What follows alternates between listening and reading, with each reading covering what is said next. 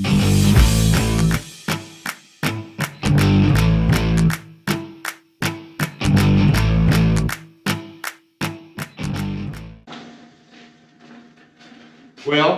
it's been about a week or so since we got the pistons put together. We got the rings filed and installed on the pistons. I haven't really done much on the FE since then, except got the crankshaft in. So really what I'm trying to say is I am severely behind on this project, just like every other project that I have, it seems to be. So today we're going to really get cranking on this and hopefully get a short block assembled, get maybe the heads mocked up on it, see where we end up, how far along we get. So the first thing you should do on an FE is put the camshaft in before you do the crank. And I didn't do that, so I put the crank in first. So I'm going to have to roll the block over, and hopefully we can get the camshaft in without nicking bearings on the way in and screwing things up. So yeah, I'll bring you in here. We'll roll this thing over, get the camshaft inserted, and keep on trucking. So the camshaft I chose for this build is a Melling Performance cast cam, the 512, 538 lift, and a 214, 238 duration. Chose a cam on the smaller end because I want to keep as much vacuum as I can. About 99.99999% of the accessories on this Thunderbird are vacuum operated. Power windows, power door locks, turn signals. Don't know who thought that would have been a good idea, but yeah.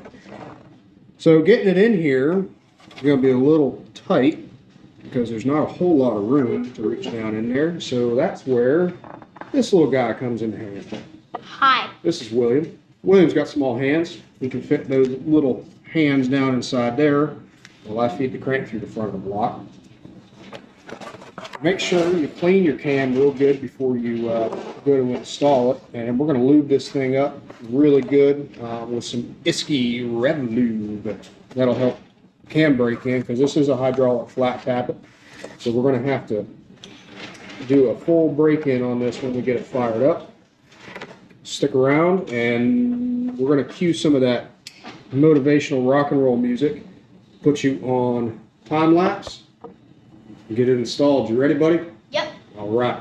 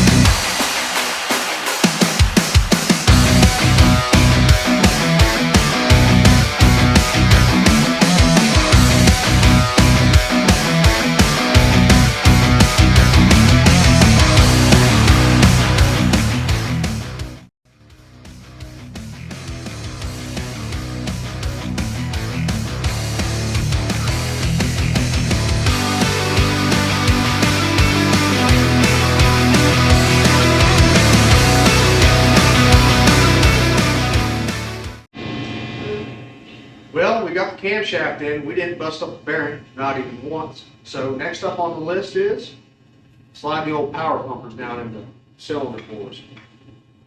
Flavor of the day here is a set of scat forged I-beam rods topped off with a set of mallet pistons and rings. Rods are made up of about the same stuff I think Wolverine's fruit slicers were made up of, so they're going to be pretty much indestructible. A couple things you need to do before you put your pistons and your rods in the block. You got to disassemble the rod cap. Make sure that we keep the orientation correct and whatever rod they came off of, because they are milled to match. We're going to install our rod bearings. We're going to lube them up real good, and then we'll be pretty well good to go. Put them in the block. Before you do any assembly on these, make sure you clean these real good with some acetone or brake cleaner, because they do come with a coating on them that's a rust preventative. You got to get that off of there, otherwise you can end up with some issues down the road. So once again, we're going to cue that music and we're going to get back to work.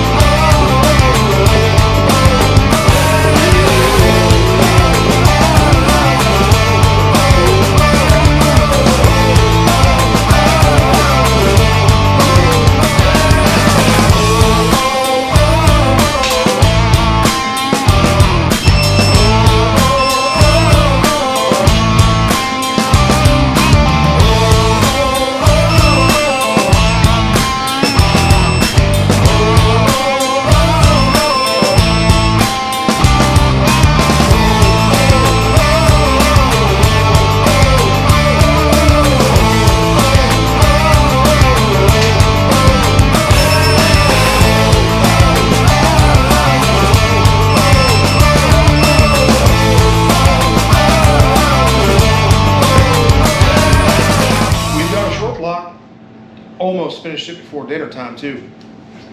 Just waiting on a camshaft thrust bearing to come in, and I can get the timing set on here, get the cam degreed, and make sure that, you know, my valves aren't going to be like on the tops of my pistons. Got a couple of tech tips before we close out. First one, when you're putting your pistons into your piston ring compressor, make sure that none of your ring gaps are lined up with each other. Make sure that there's some sort of separation between the two. Usually your spec sheet is going to tell you what that separation should be. If you don't do that, you could have some compression loss, or, you know, oil is going to get through there and be like into your combustion chamber and then right out your exhaust, and then you're going to have a bad time. Second one is when you're fitting your pistons down into the cylinder bore, if you hit any kind of hard stop at all, stop. Take everything apart, see what's going on. Sometimes the piston rings, you know, come out of the groove and get all cattywampus inside the ring compressor. You know, you got to like reset things and squeeze them back together and just ease it on down into the bore. That's all I've got. I got one last thing I want to do before we close out the video, so I will be right back.